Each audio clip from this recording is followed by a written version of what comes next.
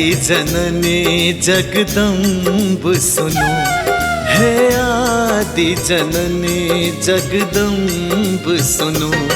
हे करुणामयी उद्धार करो, छी शरणागत सदिखन मैया, छी शरणागत सदिखन मैया। भवतारिणी छी भव पार करू, हे आदि जननी जगदम्ब सुनो।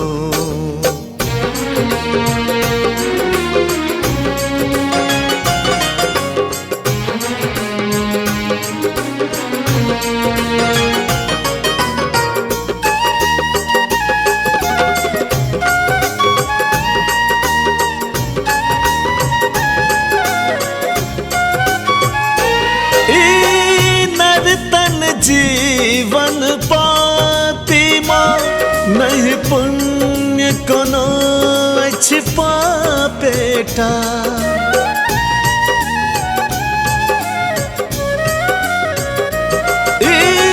नर्तन जीवन पाती माँ नहीं पुण्य कोनो छिपा बेटा, नहीं पुण्य कोनो छिपा बेटा।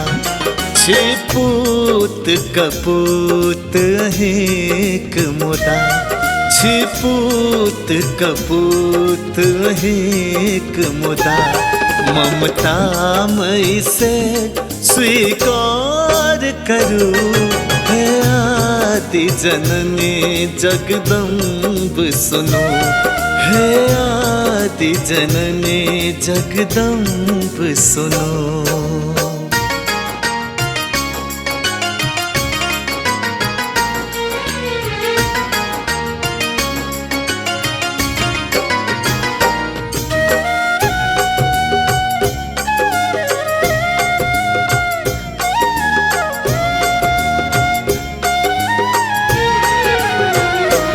अच्छी आस यही पर जग में माँ के दो सरज सुनते हमरा।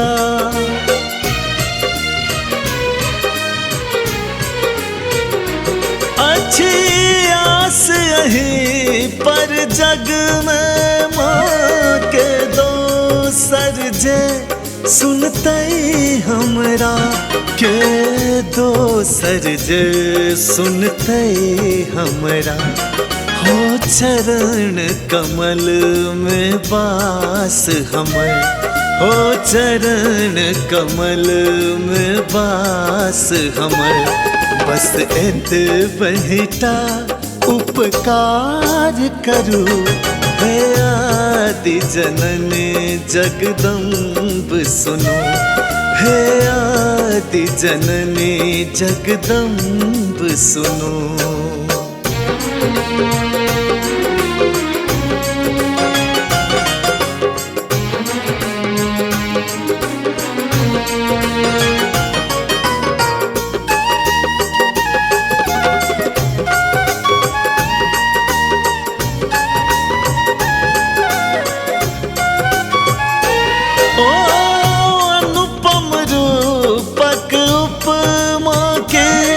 मंदिर में मैया महारानी,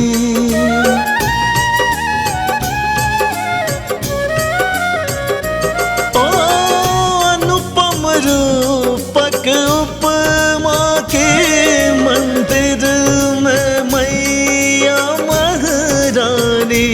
मंदिर में मैया महारानी, दर्शन लेल व्याकुल नर नारी, दर्शन लेल व्याकुल नर नारी। हो मंदिर में जयकार सुनो, हे आदि जननी जगदम्ब सुनो। हे करुणामयी उद्धार करू, छी शरणागत सदिखन मैया। भवतारिणी छी भव पार करू हे आदि जननी जगदम्ब सुनो हे आदि जननी जगदम्ब सुनो हे आदि जननी जगदम्ब सुनो।